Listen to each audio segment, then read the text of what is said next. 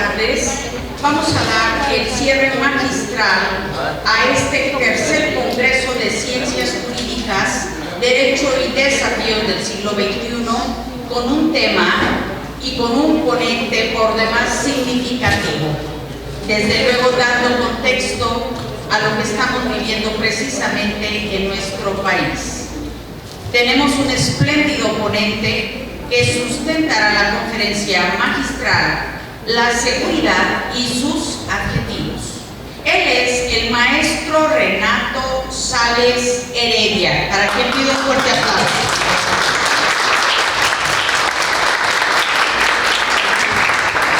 Él es licenciado en Derecho con especialización judicial de la Suprema Corte de Justicia de la Nación, maestro en Filosofía por la Universidad Nacional Autónoma de México, maestro en Derecho Penal, Constitución y Derechos de la Universidad Autónoma de Barcelona. Cuenta con programas ejecutivos en los desafíos del futuro de México por Escuela de Gobierno John F. Kennedy, Universidad de Harvard, en el sistema acusatorio por la Universidad de Santo Tomás de Colombia y un curso de liderazgo policial en la sede del FBI y múltiples programas de educación continua. En su trayectoria profesional ha sido oficial judicial adscrito al Juzgado Segundo de Distrito en materia laboral del Primer Circuito, secretario de Juzgado adscrito al Juzgado Segundo de Distrito con sede en Mérida, Yucatán, sección de procesos penales federales y sección de amparos, subdirector del Instituto de Cultura de Campeche, secretario de Juzgado adscrito al Juzgado Sexto de Distrito en materia penal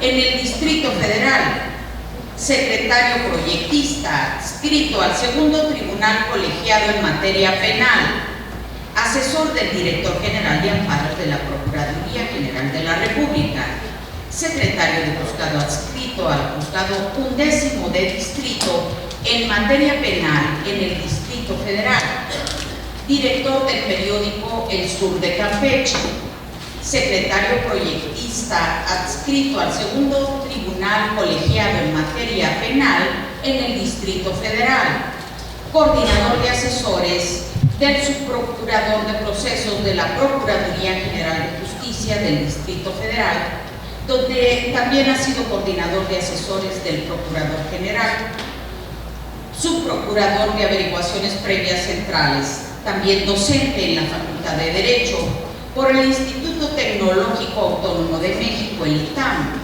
asesor de jefe de gobierno del Distrito Federal, procurador general de justicia del Estado de Campeche, subprocurador de control regional, procedimientos penales y amparos en la TGR, coordinador nacional antisecuestro, consultor en materia de seguridad y procuración de justicia, enero 2019 a septiembre 2021, comisionado nacional de seguridad y fiscal general del Estado de Campeche. Recibamos con un fuerte aplauso al maestro Renato Sales Heredia.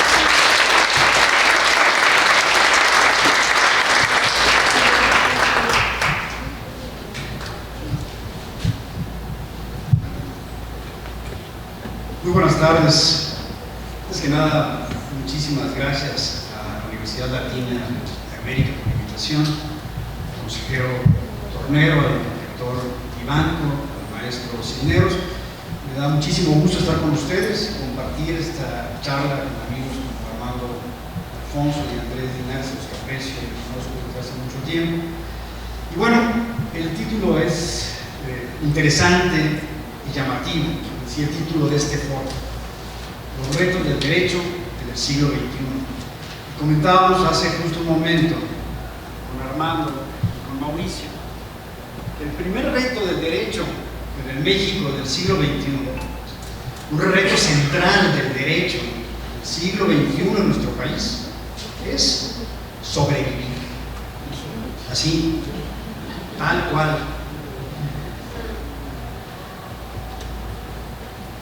Pensaba yo hablar exclusivamente sobre el tema de seguridad y cómo se vincula con lo que queda del derecho, cómo se vincula con nuestro Código Penal, con nuestro Código Nacional de Procedimientos Penales, con la Ley General de Salud, y voy a hablar de eso también, pero antes quisiera, sí, agregar a lo ya comentado aquí en relación con la reforma constitucional, algo que me parece sumamente importante.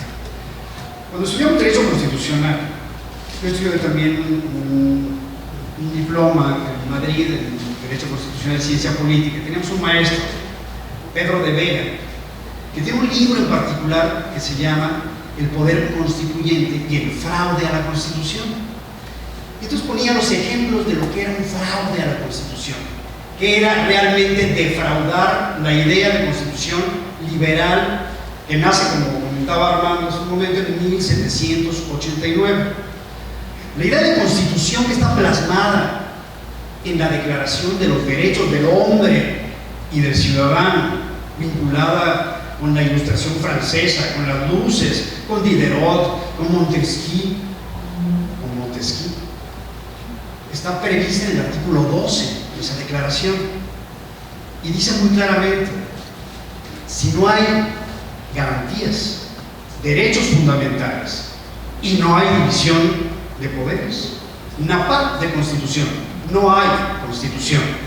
Así está, 1789, las luces francesas, cuando se decide que es el racionalismo lo que debe imperar y no el derecho divino de los monarcas, cuando transita la idea de soberanía, que residía esencial y originariamente, como ya se comentó aquí, en el soberano, cuando se transita y se decide que la soberanía resida esencial y originariamente en el pueblo. ¿Y qué pasaría si ahorita al constituyente permanente, hoy como está el constituyente permanente, dijera: ya no nos gusta que diga la soberanía reside esencial y originariamente en el pueblo, vamos a modificarlo y vamos a cambiar el 39 y que ahora diga la soberanía reside esencial y originariamente en nuestro amado líder? ¿Qué pasaría? ¿Qué creen ustedes? ¿Se votaría en favor de esta reforma? Claro que se votaría en favor de esta reforma, porque eso es lo que está sucediendo y eso es lo que ha sucedido tristemente en nuestro país. Por un capricho se desmontó el aparato constitucional del Estado democrático de derecho. Utilizar el mecanismo de reforma inserto en la Constitución para alterar los fundamentos del Estado democrático es defraudar a la Constitución, es cometer un fraude constitucional. Si ya estamos de acuerdo en que la idea de Constitución liberal, democrática del Estado de Derecho se basa en la división de poderes ideada desde el siglo XVIII y en los derechos fundamentales, y dos poderes destruyen un poder, pues nada más claro que un fraude constitucional. Todo esto se relaciona con lo que estamos viviendo.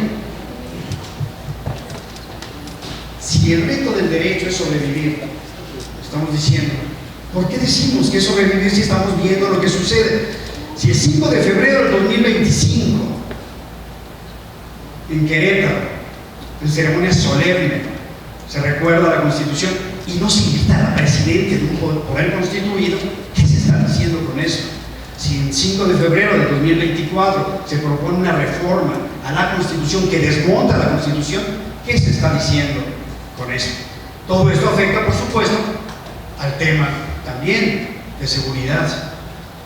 Y el último ejemplo está a la vista de todos. Todos sabemos quiénes son los Zetas y cómo actuaban. ¿Quién era el Z40? ¿Quién era el Z42? Tremendamente sanguinarios. Todos sabemos qué le pasó a Kiki Camarena. ¿Y quién fue Caro Quintero? También todos sabemos que son mexicanos. Y también todos tendríamos que entender desde el mundo del derecho que hay reglas y que si estamos de acuerdo en que debemos conducirnos con apego a derecho, tenemos que respetar reglas. Y si de pronto estamos jugando fútbol soccer, y llega un tipo y en lugar de patear el balón, con el pie recoge el balón y lo avienta y lo mete a la portería, ¿qué diríamos todos? Oye, eso no se vale. Pero estamos jugando, resulta, en la cancha del dueño del equipo. Estamos jugando bajo el control del dueño de ese equipo y metió por así. No es la mano de Dios como Maradona, no. Se paró, corrió y la metió así. Y todos lo vimos. Y se da el gol por varios. Bueno, si de pronto estamos viendo que hay suspensiones vigentes, podemos estar en desacuerdo con las suspensiones vinculadas con los juicios de amparo. Podemos estar en desacuerdo con los muchos tecnicismos que abruman a los abogados y que, a ver, no entendemos que es una cesación de efectos del acto reclamado y un cambio de situación jurídica. Podemos decir, hay que reformarlo, sí, hay que modificarlo, pero si no está modificado y son las reglas vigentes, habría que respetar las reglas. Platicábamos hace un momento y le preguntaba ya a Mauricio, bueno, ¿qué adjetivo, qué verbo podemos aplicarle? Los adjetivos sí podemos buscar alguno, pero ¿qué verbo podríamos aplicarle a esto que pasó con los 29? ¿Los deportaron? No. ¿Los extraditaron? No. ¿Los desterraron? Pues, ¿qué? ¿Los regalaron? ¿Los expulsaron? ¿Los entregaron? Tal cual. Sucede que como no les conforman los mecanismos de extradición, yo aquí les digo que muy probablemente cuando menos a Cabo Quintero lo van a condenar a la pena de muerte. A lo mejor se muere antes de que lo metan a la cámara de gas o a la silla eléctrica. A lo mejor se muere antes, pero lo van a condenar a la pena de muerte. Entonces, ¿qué es lo que está haciendo el Estado mexicano con estos 29? Entregando a connacionales a la eventual aplicación de una pena prohibida por nuestra Constitución. Pero como nuestra Constitución tiene el peso específico, bueno, yo creo que tiene más peso específico, tiene el TV novelas de la Constitución. ¿Cómo me pedían a mí que si daba clases de Derecho Constitucional? Yo admiro mucho a Armando que sigue dando clases de Derecho Constitucional en este contexto. ¿Cómo vamos a dar clases de Derecho Constitucional si te reforman la Constitución cada tercer día?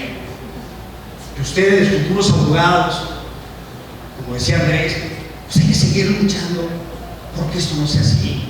La Constitución tendría que ser una brújula, un eje rector, no un documento que se modifica cada tercer día y que solamente le falta incluir recetas de cocina.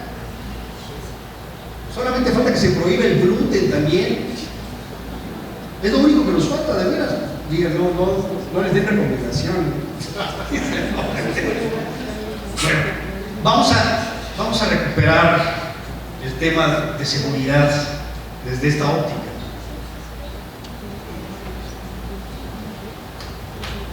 Comentaba hace un momento Armando, hablando de la democracia y sus adjetivos. Pues lo mismo pasa con la seguridad y sus adjetivos. Tendríamos que, parafraseando a Krause, buscar una democracia sin adjetivos y quizás una seguridad sin adjetivos. Pero vamos a tratar de entender desde el derecho a qué nos referimos con los adjetivos de la seguridad y cómo se vinculan. Y cómo podríamos todavía, creo yo, cambiar algunas cosas que deben transformarse también desde el derecho para mejorar o cuando menos no empeorar más los entornos de seguridad tan afectados en nuestro país. Si se fijan en esta gráfica, tenemos una pirámide: seguridad o justicia cívica, seguridad cívica, seguridad pública, seguridad interior y seguridad nacional tan invocada a últimas fechas. ¿De qué hablamos cuando hablamos de seguridad cívica o seguridad ciudadana? De justicia de lo cotidiano, de justicia de primer piso. ¿Quién de ustedes conoce aquí a un juez cívico? Andrés Dignal, dos, tres.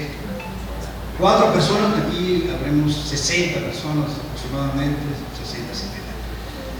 Si de 70 personas solamente 4 conocemos a un juez cívico, es señal de que los jueces cívicos no son muy conocidos, ¿verdad?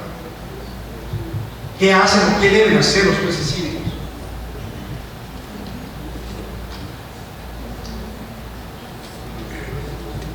¿Tirar basura es un delito? Es una falta administrativa, es una infracción. Beber en la vía pública es un delito, es una falta administrativa.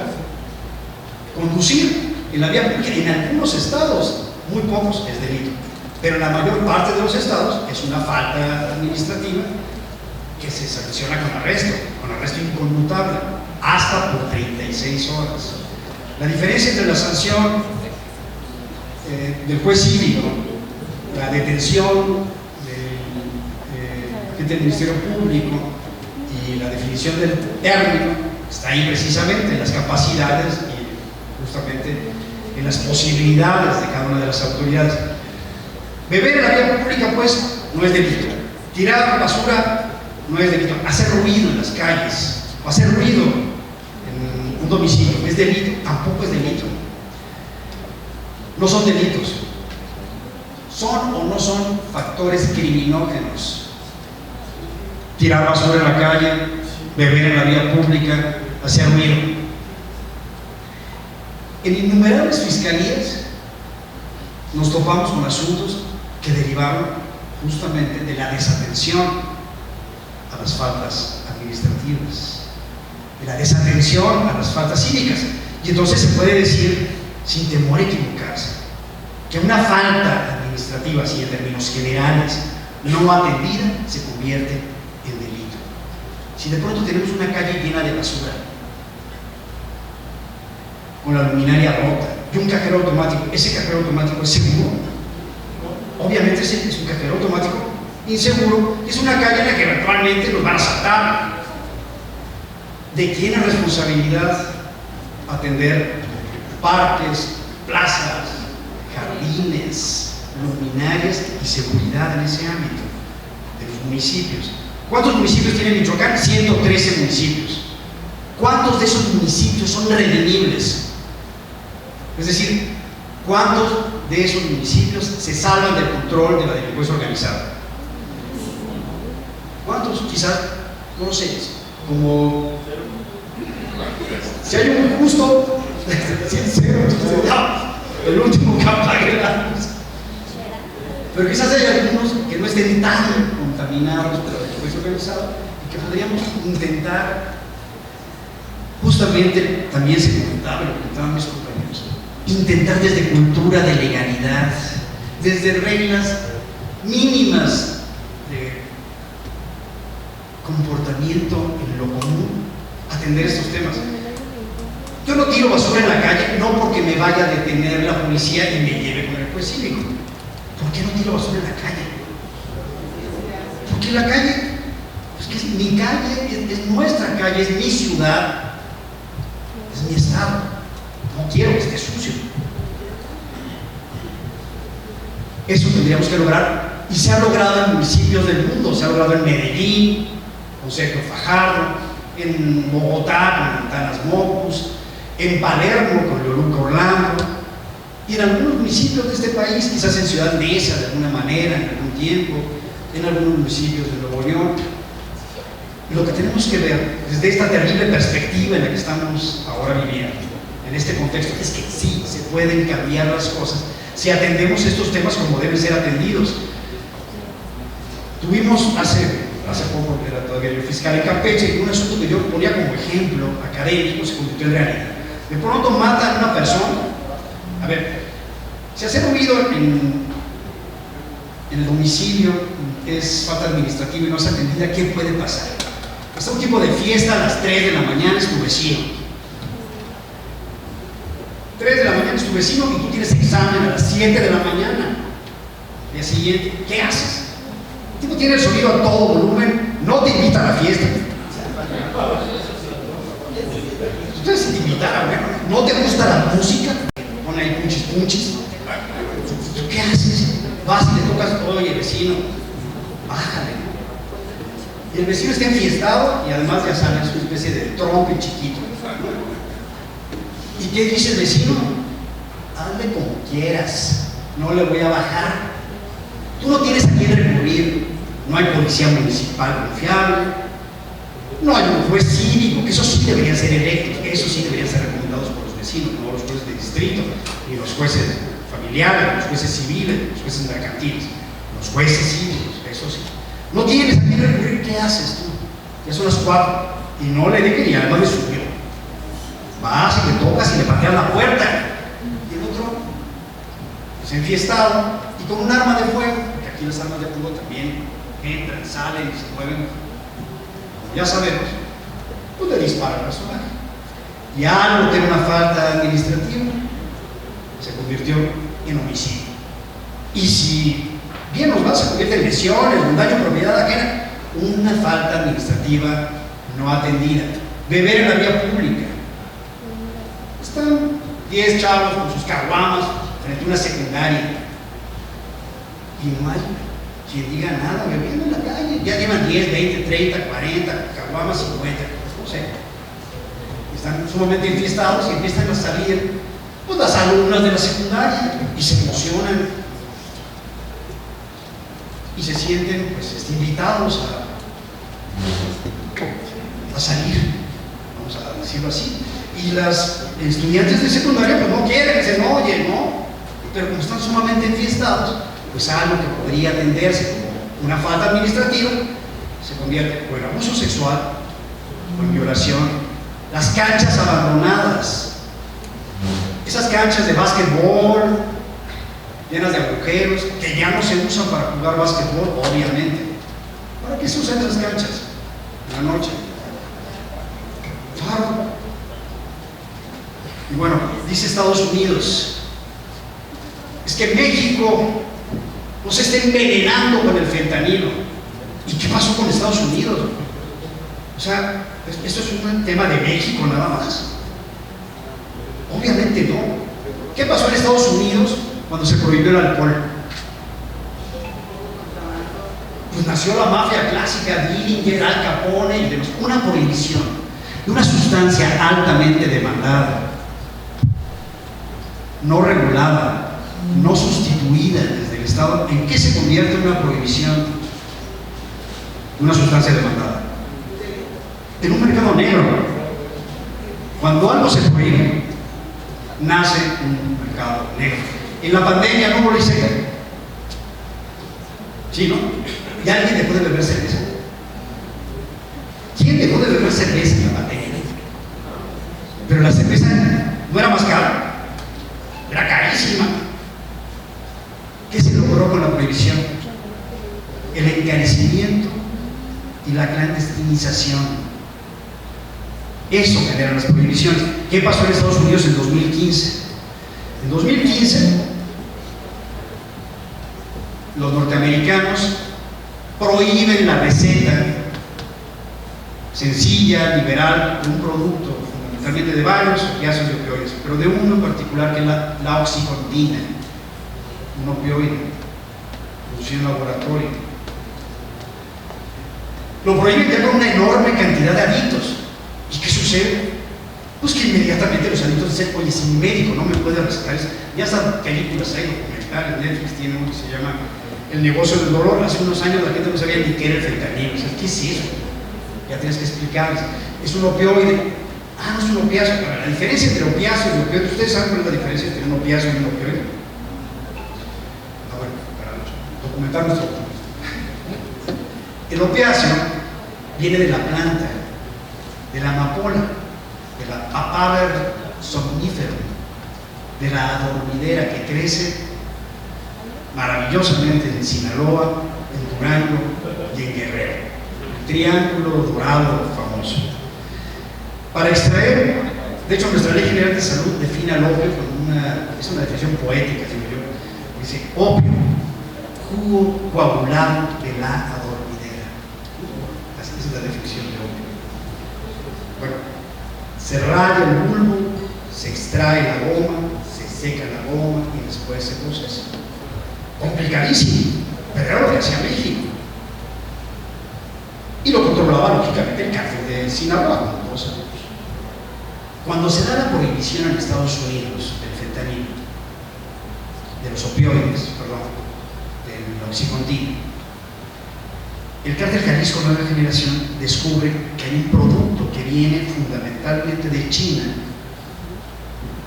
que se llama fentanilo, que sustituye perfectamente la demanda de los norteamericanos. Y entonces empieza a llegar fentanilo desde China a Manzanillo, fundamentalmente en Colima. Si vemos alguna de las gráficas que les traje aquí, la voy a brincar todo esto.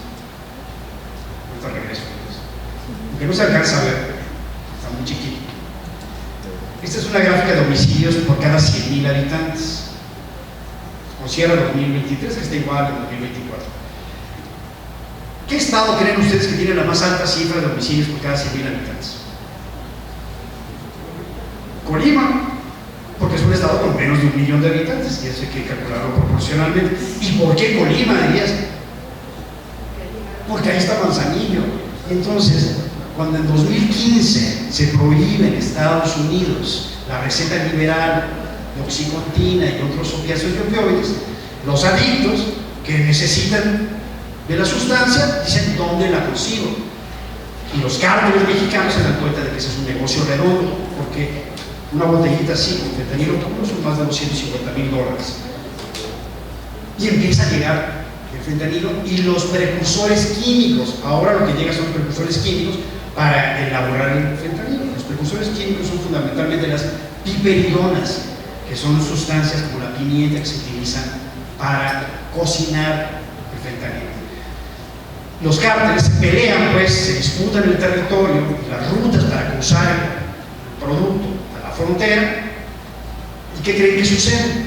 En 2015 venían bajando los homicidios en México, y de 2015 a la fecha los homicidios van subiendo, bajan un poquito y vuelven a subir en la misma proporción en la que hay muertes por sobredosis crecientes en Estados Unidos. En Estados Unidos se pasa de 30,000 muertes por sobredosis a más de 100,000. Y en México pasamos de 17 homicidios por cada 100,000 a más de 24. Dicho sea de paso, en 1990, 1996, 2000, teníamos 8 homicidios por cada 100,000 habitantes en este país. Ahora tenemos 23, 22, pasamos de 8 a 24 en menos de 3 años, por un pleito entre los grupos.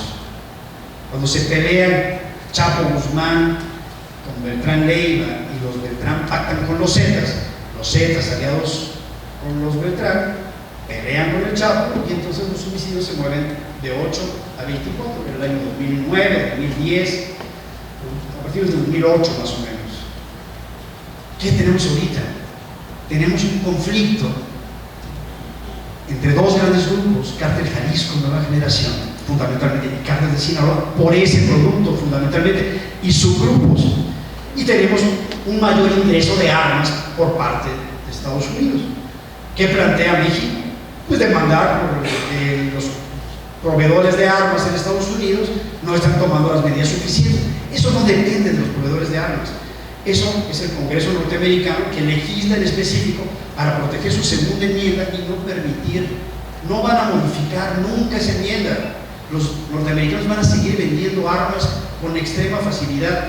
En México hace 10 años, 3 de cada 10 homicidios se cometían con armas de fuego. Hoy, 8 de cada 10 homicidios se cometen con armas de fuego. Y 8 de cada 10 armas provienen de Estados Unidos. Este es un tema de seguridad pública y de seguridad interior para regresar a nuestra pirámide. Seguridad cívica, justicia de lo cotidiano. Seguridad pública, lo que le toca a los estados de la federación, fiscalías y secretarías de seguridad pública investigar. Un tema de seguridad cívica no atendido se convierte en un tema de seguridad pública. Y un tema de seguridad pública no atendido se convierte en un tema de seguridad interior. ¿Cómo enfrenta México los temas derivados de los llamados delitos contra la salud? ¿Qué pensarían ustedes si se enfrentan el Cártel Jalisco Nueva Generación, el Cártel de Sinaloa o dos subgrupos de estos cárteles en cualquier entidad federativa, tenemos 15 muertos por balaceras con AK-47, cuernos de chivo, R-15, ¿a quién le compete investigar estos homicidios? ¿A quién le debería corresponder investigarlos? Pues a la Fiscalía General de la República, ¿no? Porque es delincuencia organizada. Pues resulta que no. Resulta que hay un listado en la Ley Federal contra la Delincuencia Organizada y vienen delitos, vienen muchos delitos. Vienen operaciones con recursos de procedencia ilícita, trata de personas,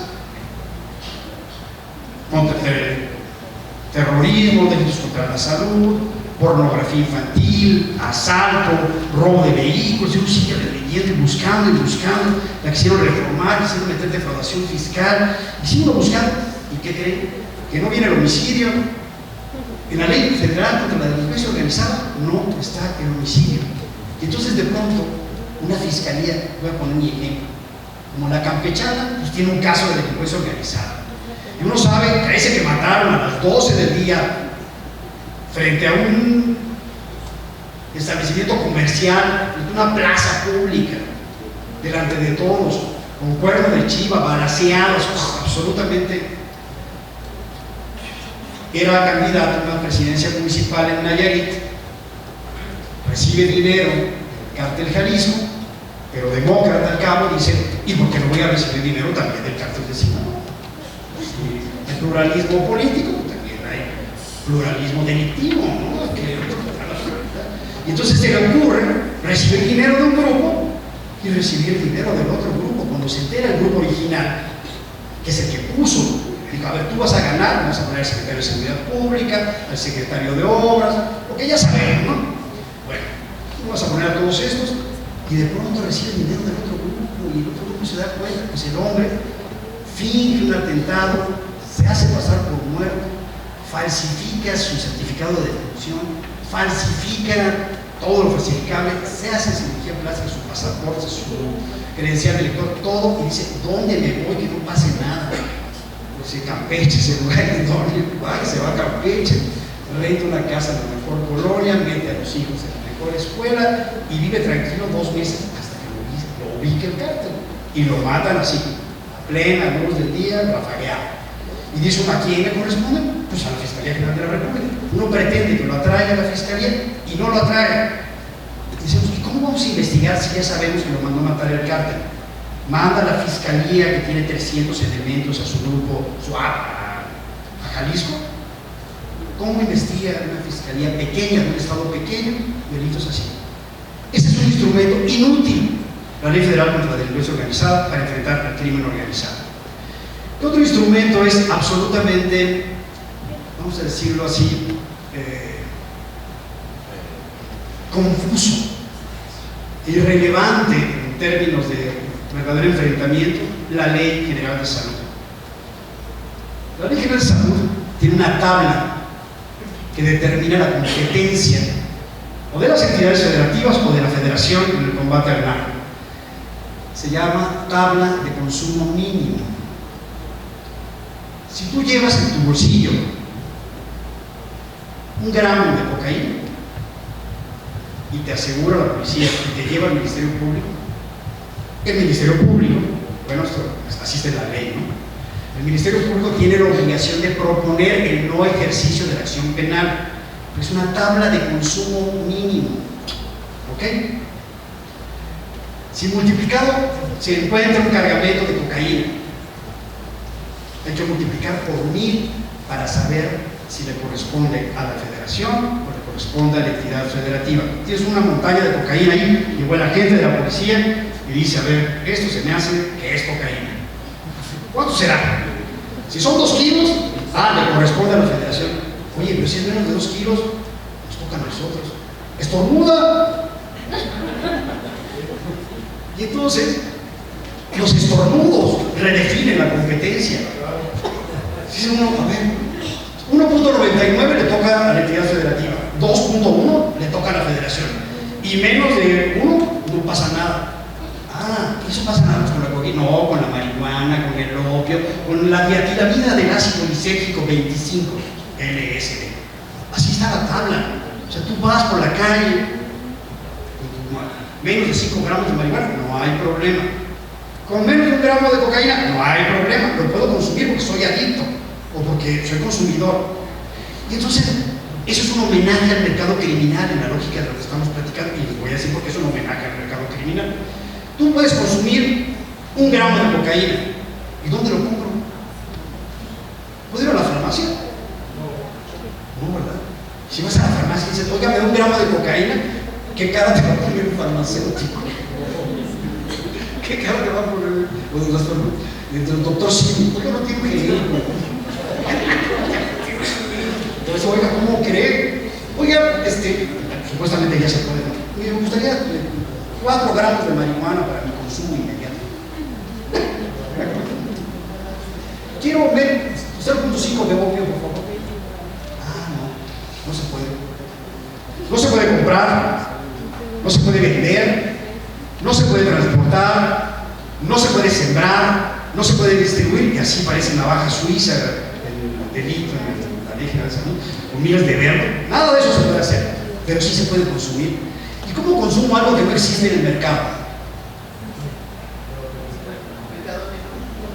Pues entonces es un homenaje, la propia ley, al mercado criminal. Entonces, mientras tengamos, yo no estoy en contra de al contrario, yo estoy en favor de que se despenalice y de que se levante la prohibición, porque la única forma de terminar con estos problemas. ¿Cómo terminó la mafia en Estados Unidos? Bueno, terminó más o menos, ¿no? En la era del alcohol, de la prohibición del alcohol.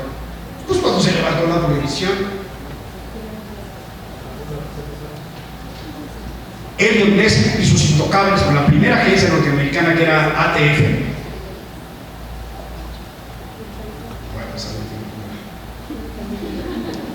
Elliot Ness combatía, era absoluta y total y radicalmente honesto, ¿no? Entonces él combatía a los vendedores, contrabandistas de alcohol con todo. Cuando se levanta la prohibición y se acaba su chamba, llega a su equipo y dice, jefe, ¿y ahora qué vamos a hacer? Entonces, por lo pronto vamos a tomarnos una cerveza. Prohibir sustancias demandadas, sustancias adictivas, como el ejemplo que estudié yo de la ley seca, es generar mercados negros.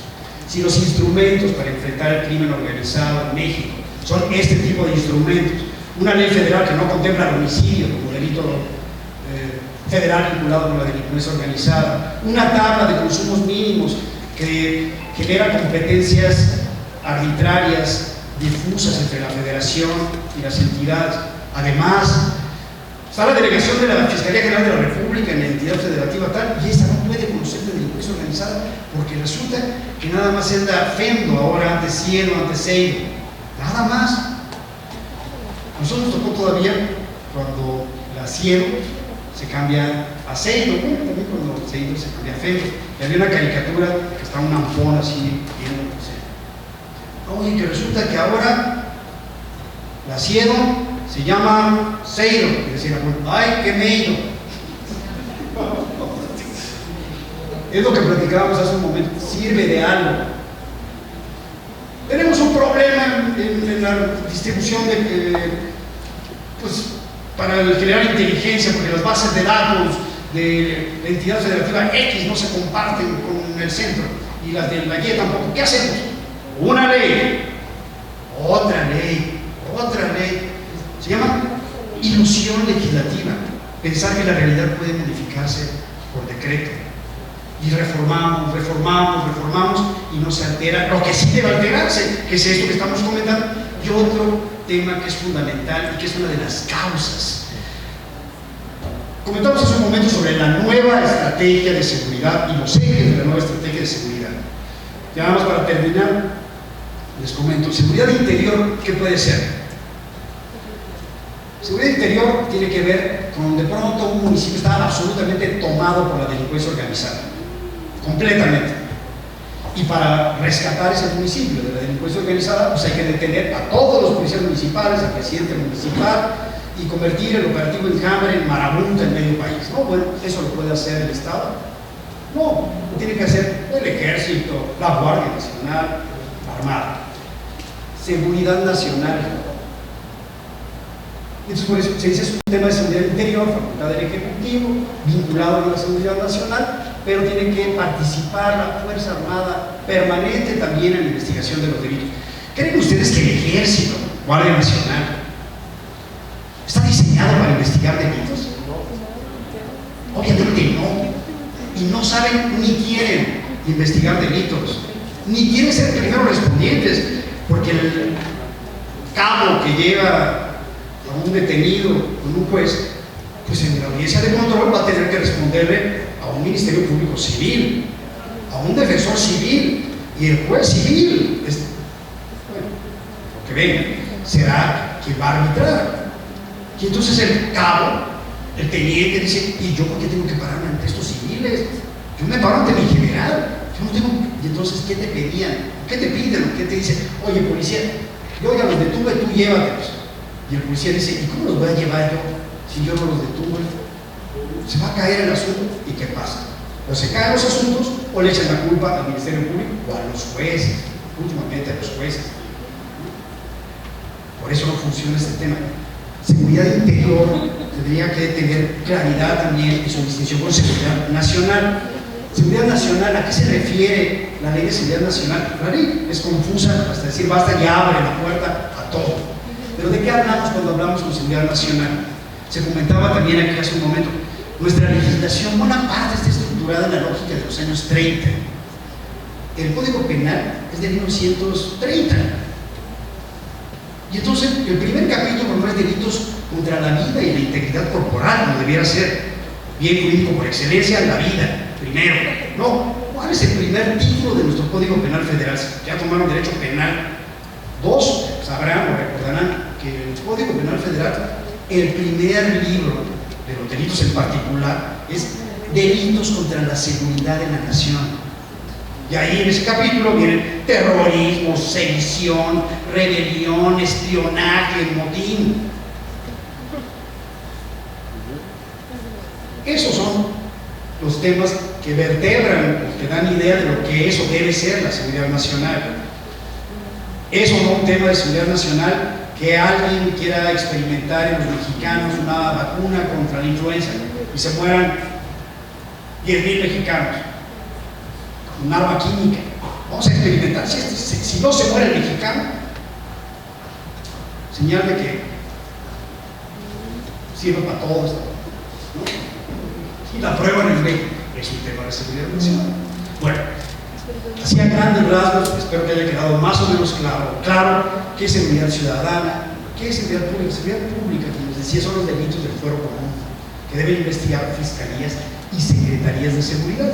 Conforme al 21 constitucional, la investigación de los delitos corresponde al Ministerio Público y a las policías. Seguridad interior, cuando las cuestiones rebasan y tiene que participar la Fuerza Armada. Y seguridad nacional, este tipo de cuestiones.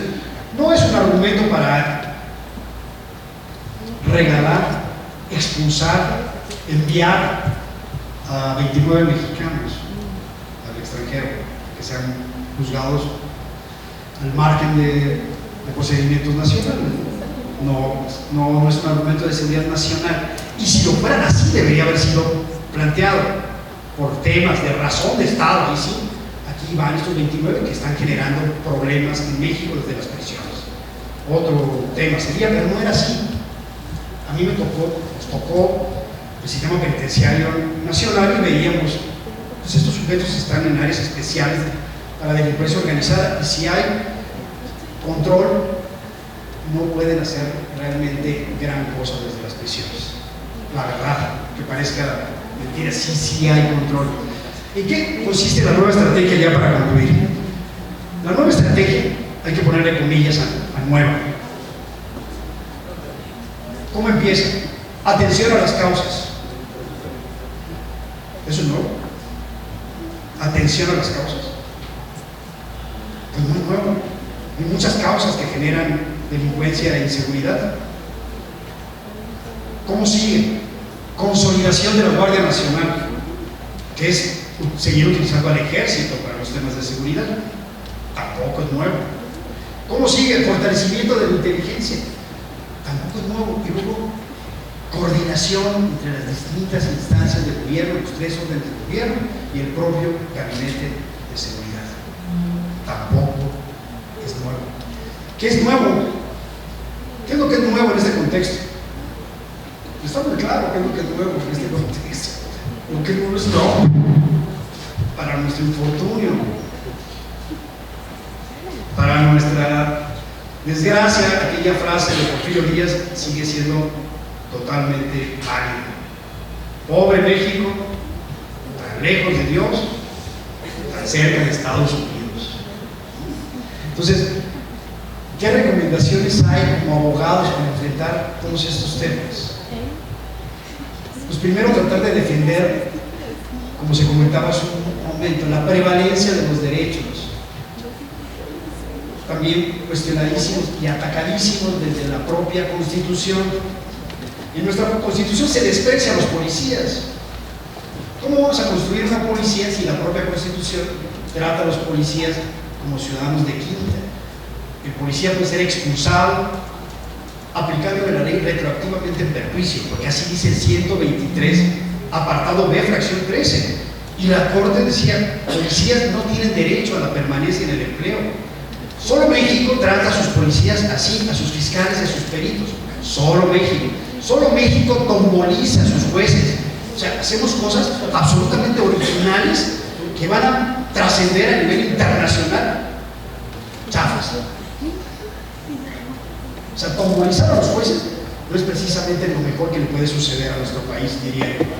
Tratar a nuestros policías como servidores públicos de quinta, por eso está este país como está, por tratarlos así.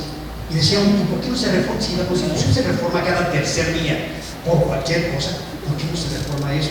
¿Por qué no se toca la ley federal contra la delincuencia organizada y se convierte en ley general? ¿Por qué no se modifica esa tabla de la ley general de salud? ¿Por qué no se trata a nuestros policías como los tratan los españoles, los franceses, los ingleses, los norteamericanos, los chilenos, los colombianos y así? Esa es una de las causas. Si vamos a atender las causas, esa es una causa fundamental. Y bueno, ya no quiero extender más, les dejo sobre la mesa que revisen ese 123 apartado B, fracción 13, que vean esa tabla de la Ley General de Salud, que vean la Ley Federal contra la Delincuencia Organizada y después de ver eso se pregunten si con eso se puede enfrentar decorosamente el crimen organizado, la delincuencia organizada y también la desorganizada. Muchas gracias.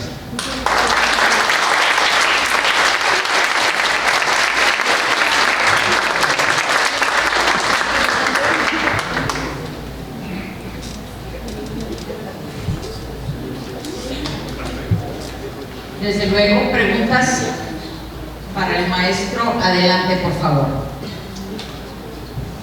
Buenas tardes. Mi pregunta sería, ¿qué es más fácil, reeducarnos o apostarle al tejido social? ¿No es más fácil qué? ¿Qué es más fácil, reeducarnos como sociedad o apostarle al tejido social? Yo creo que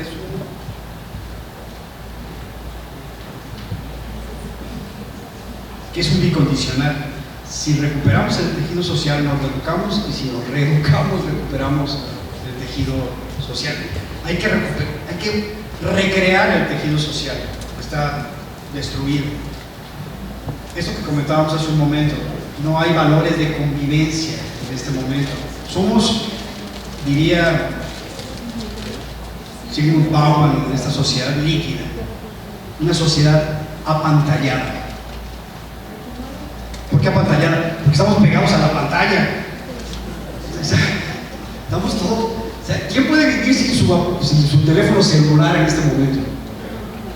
Tú imagínate, hay pesadillas ya recurrentes de perdí mi teléfono celular. Si pierdes la cartera no pasa nada, hasta la credencial del lector. Pero si pierdes el teléfono celular, no, por favor, mi teléfono. Y la gente se angustia enormemente. Y en ese aparatito hay más memoria, ahorita más capacidad de almacenamiento, porque tenía la computadora que llevó al hombre a la luna, que ocupaba o la ENIAC, que ocupaban cuartos de este tamaño, así, miles de tarjetas y focos, como la cueva del Santa, ¿no?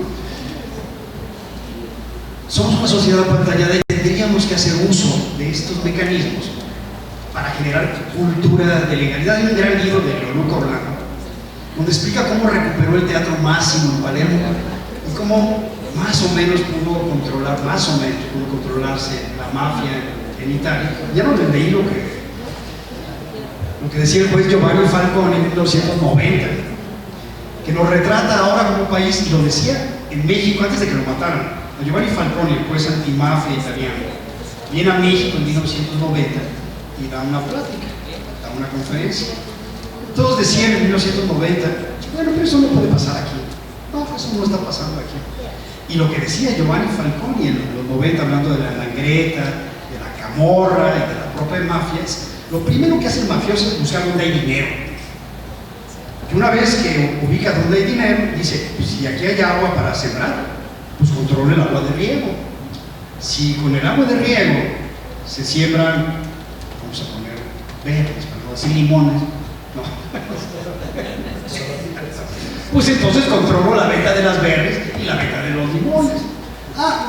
¿Quién se encarga de coordinar todo esto? Pues el presidente municipal. Entonces tengo que controlar al presidente municipal. Si la autorización para construir la DAE y la grava y el cemento lo tengo yo, pues lo que voy a hacer es, yo voy a vender la grava y el cemento. Entonces hay una colonización capilar que parte de la base y que va subiendo, y es por eso lo que les decía yo, parece que no tiene nada que ver el primer piso, que es justicia de lo cotidiano, con el segundo, con el tercero. Por supuesto, si está en llamas el primero, se va a incendiar el segundo. Tú estás en el penthouse, está quemando abajo, aquí no va a pasar nada. Y es cuando las llamas, por eso el refrán, las llamas llegan a los aparejos. Entonces, reeducación es recuperación. Y entonces tenemos que apostar por otro tipo de vinculación con los chavos, por otro tipo de recuperación del tejido, por otro tipo de recuperación de espacios, y hacer lo que se conoce como acupuntura urbana. ¿Podemos salvar aquí? Pues salva ahí. Y después sigues. Solo así. Sí se puede, pero hace falta muchísima voluntad política. Y la voluntad política se tiene que traducir en diálogo, en capacidad de diálogo, en capacidad de entender que el otro no es tu enemigo. En política, decir que hay enemigos es negar la política, porque al enemigo se le destruye. Ese es Schmitt, precisamente. Decía Carl Schmitt, el ideólogo del nacionalsocialismo, de las extremas izquierdas y de las extremas derechas. En política tú tienes que ubicar a tu enemigo. Una vez que ubicas a tu enemigo hay que destruirlo, ponerlos en platica. Esa es la política. Esa es la política que queremos. Eso no es política. Esa es la negación de la política. Bueno, lamentablemente la polarización, pues es lo que más vende. No vende decir que no va a haber pena de muerte. Vende decir que sí va a haber pena de muerte. No le vaya a tocar a tu primo, a tu hermano, a tu hijo, porque entonces sí duele. Pero ese es el tema. Yo siempre digo, parece naif, parece cándido, pero hay que decir lo que decía von Feuerbach, el ideólogo del derecho penal liberal en relación con la investigación de los delitos y la captura de los delincuentes. Siempre será preferible un culpable afuera que un inocente adentro. Yo creo que por ahí ya me extendí mucho. ¿Verdad? Concretamente, una pregunta. El hecho de que el delito de homicidio no esté tipificado para este efecto que estaba en la ley federal, ¿pudiera ser que fue una mera casualidad? ¿O fue maquiavélicamente estructurado de esa manera? Se vale la afirmativa ficta, ¿eh? No, claro que no es una casualidad. Igual que no es una casualidad dividir el narcomenudeo de narcomayoreo, como si el narcomayoreo no tuviera que ver con el narcomenudeo. No podemos hacernos cargo de todo esto, que se hagan cargo los estados, y ya veré yo si me lo llevo o no. No voy a tener la posibilidad de decir, esto aunque sea medio gramo, yo lo atraigo y yo lo veo. Pero por lo pronto encárgate tú y responsabilízate tú, y y carga tú con el peso del fracaso. Ese es absoluta y totalmente planeado. Nadie tenía esa ley de la comunidad, los transitorios eran más complicados, que se cuando inicia su vigencia, era 2009 más o menos, las fechas en las que aconteció todo esto. Y era un absurdo, porque decíamos eso, a ver, como también fue un absurdo los policías con menos derechos, decían, bueno, ¿y cómo les vamos a dar perspectiva de futuro y decirles, tú puedes ascender, si los vamos a mandar al polígrafo y a los 2 años los tienes que correr? Es un absurdo. Y luego, en los exámenes de control de confianza, es que no tiene el perfil del policía. Pues si tiene 25 años aquí, no, pero no tiene el perfil. Y entonces, como 25 años fuera. Entonces, claro que fue a propósito. Eso fue a propósito. El manejo de los controles de confianza poligráficos como negocio y como mecanismo estructural para deshacerte de tus policías, reemplazarlos con tu base político electoral. Y eso que pasó en muchísimos estados, pues que llegaron justo los vinculados con delincuencia organizada. Y los buenos policías decían, a ver, ya me corrieron que porque brincó a la aguja en el polígrafo y que porque tengo el perfil del bebedor aunque no beba. Ah, caray, así les pasó a varios. No, mira, es que tienes el perfil del bebedor. Pues si no bebo, bueno, pero vas a beber. Por lo pronto fuera. Ay, no, pero además, oye, pero yo puedo trabajar en la secretaría de aquí del estado vecino. O puedo irme a la municipal si estaba en la estatal o a la estatal si estaba en la... No. Estás boletinado de aquí a la letra escarlata de aquí al resto de tu vida. Dices, bueno, y eso se le aplica al empleado del Infonavit, al empleado del Seguro Social, a la Guardia Nacional, al Cabo Catoche o al Marino tal. No, nada más a los policías. Pues es discriminatorio desde la propia Constitución. Yo digo, esa es una de las causas. Si vamos a atender las causas, atiendan esa.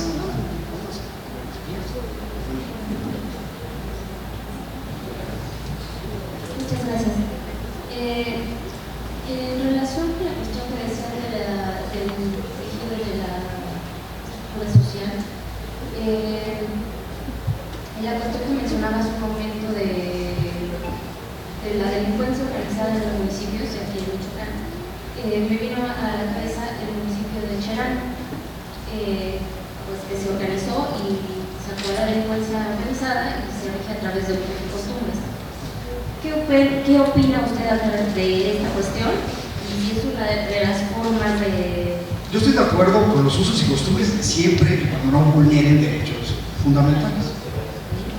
Y estoy absolutamente de acuerdo en que la comunidad tiene que organizarse, tiene que rescatarse a sí misma.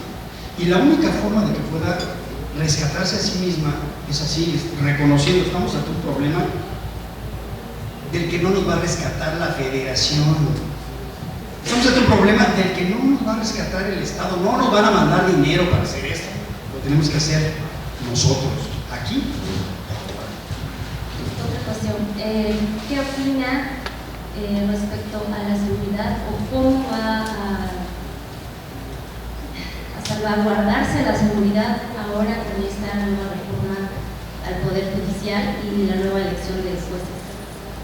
Pues yo, como decía, estoy en total, absoluto y radical desacuerdo. Si escucharon mi currículum, yo estuve 9 años en el Poder Judicial Federal, secretario federal. Fui oficial judicial, actuario, secretario del juzgado, secretario del tribunal. Mi padre, Fernando Sáenz Gasque, fue oficial judicial, actuario, secretario del juzgado, secretario del tribunal, secretario de estudio de cuenta en la corte, juez de distrito, magistrado de circuito. Tuvo un accidente político y regresó como magistrado. Y el accidente político lo tuvo. Es que fue procurador y senador, lo tuvo porque estaba buscando ser ministro de la corte, no lo logró, y entonces regresa al tribunal colegiado en Mérida, Yucatán. Yo conozco perfectamente, bueno, no perfectamente, pero conozco cómo se vive y cómo trabaja, y cómo el trabajo que cuesta ser juez de distrito, porque familiarmente también mi esposa es magistrada de circuito, y para llegar a ser magistrada de circuito y juez de distrito, bueno, es de aquí al 2027, porque ya se acabó, ¿no? Y ya declinó participar en la tómbola también. Entonces, cuando yo era su procurador, éramos su procurador, yo era coordinador y tú eras su procurador, pues tenía que estudiar para su examen, para ser juez, era secretaria. Entonces, Yo me llevaba a los niños a la oficina, allá en la Procuraduría, y me llevaba a los niños el sábado todo el día, en la mañana a la oficina y en la tarde a ver dónde pueden estar metidos ahí jugando, toda la tarde y todo el domingo para que pudiera estudiar sábado y domingo sin parar. Y costó un trabajo, y cuesta mucho trabajo. Entonces decir que no hay, que es una rampante y abochornante deshonestidad, es mentira, es mentira. Al contrario, los deshonestos en el Poder Judicial Federal y en buena parte de los poderes judiciales locales son la excepción. Tristemente, entonces estamos desarmando lo que medianamente funcionaba, tirando a la basura lo que medianamente servía. Entonces, en este contexto, terminar con la certeza que proporcionaba de alguna manera el Poder Judicial es también alterar gravemente los equilibrios, y no sabemos qué vaya a hacer ahora el juez de control, por ejemplo. El juez de control, ¿y este señor quién es? ¿Sabrá distinguir entre un estado de necesidad justificante? A lo mejor lo pide por escrito, el estado de necesidad justificante. Tráigamelo, como el meme ese de Norma, sí, Norma, ¿cómo no? Mi esposa se llama Norma. Porque aquí van a votar. Bueno, la presidenta de la Corte, aquí les puedo decir, ¿saben quién va a ser la presidenta de la Corte ya, no? Claro. Todos sabemos que va a ser Lenia Batres, la presidenta de la Corte. Pues porque ella, no vamos a decir las cosas, estamos en que se enteren, man. Pero ¿por qué va a ser presidenta de la Corte? Pues porque tiene más votos asegurado, porque la Ciudad de México tiene muchos más votos que cualquier otra entidad federativa.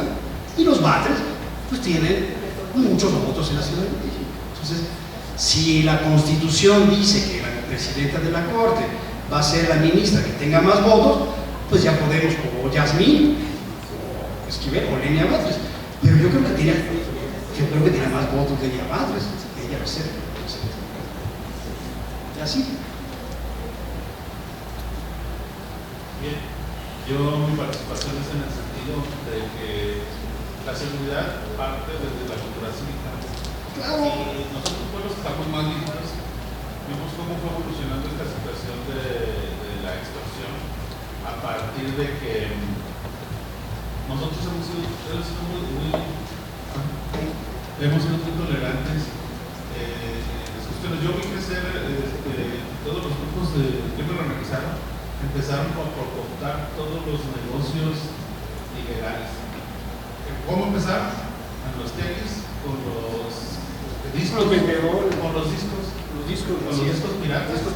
Tenían que meter nada más los discos que decían. Entonces, ya observamos que es eso, ¿verdad? A partir de ahí, eso fue hace más de 20 años que se inició con eso y no tuvimos nosotros. Estamos viendo cómo pasan las cosas y no tomamos acción. Entonces, es que eso fue justamente lo que pasó.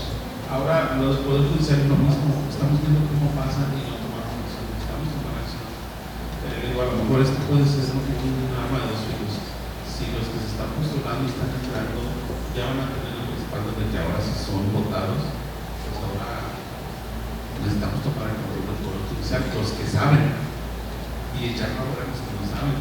Habrá que tomar acción y, como dice el doctor, necesitamos ponerle cerebro a este asunto. Tenemos que ver la manera de poner el cerebro, así es, estoy totalmente de acuerdo. No, totalmente de acuerdo, y insisto, la justicia no puede ser, bueno, la investigación del delito no puede ser plebiscitaria.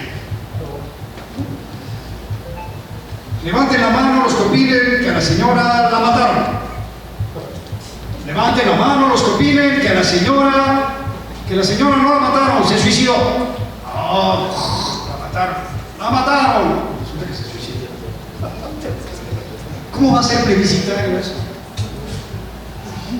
Pero el juez de control, de nuevo, quiere que lo voten para su siguiente periodo, quedan 2 años, y tiene que resolver un caso muy delicado en el que tiene que decir, levanten la mano.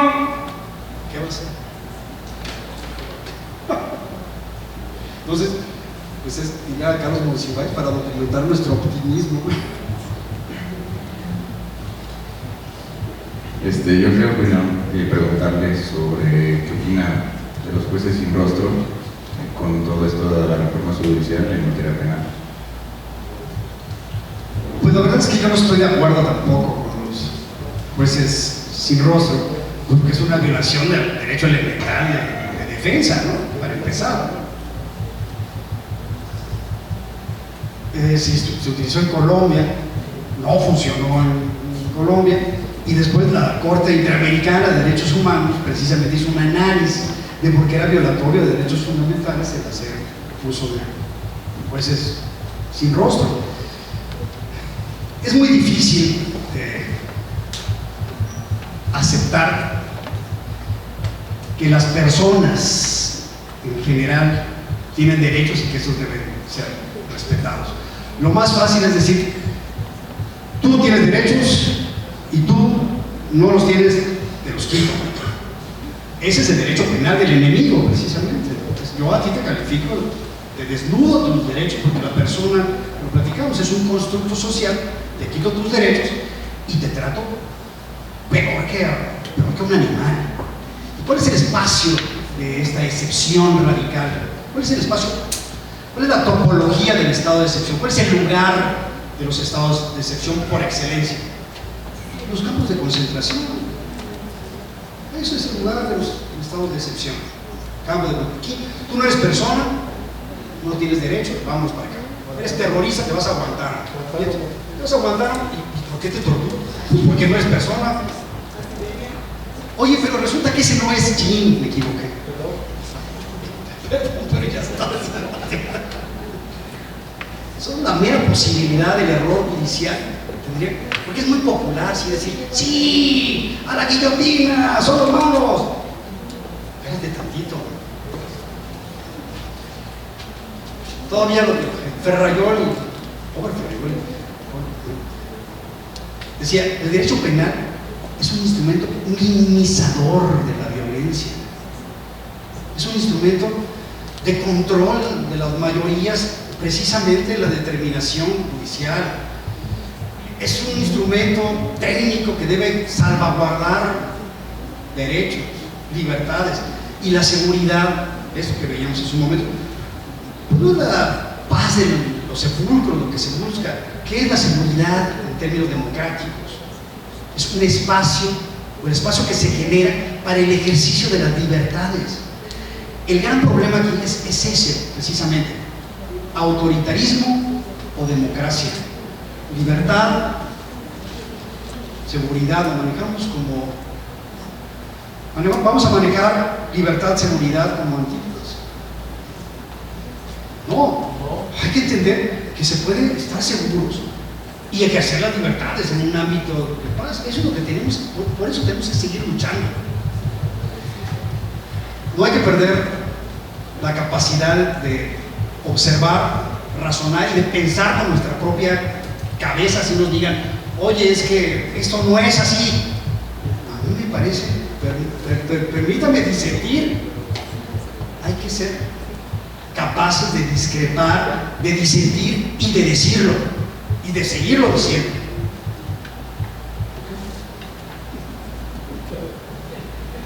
Buenas tardes, maestro, gracias por su ponencia. Yo quiero hacerle una pregunta, sobre todo con base en su currículum y su experiencia como servidor público en el ámbito de la seguridad.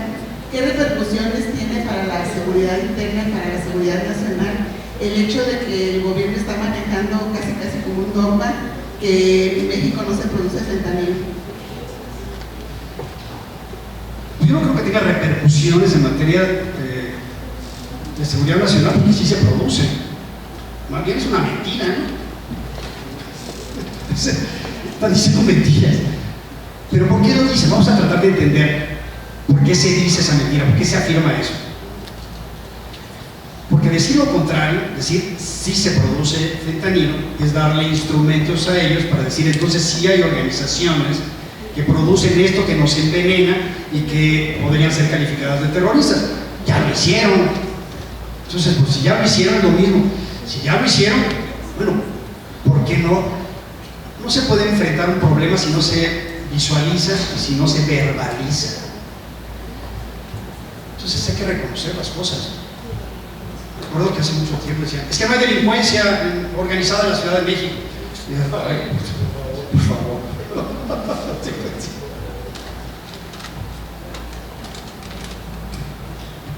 Pues creo que merece un fortísimo aplauso el maestro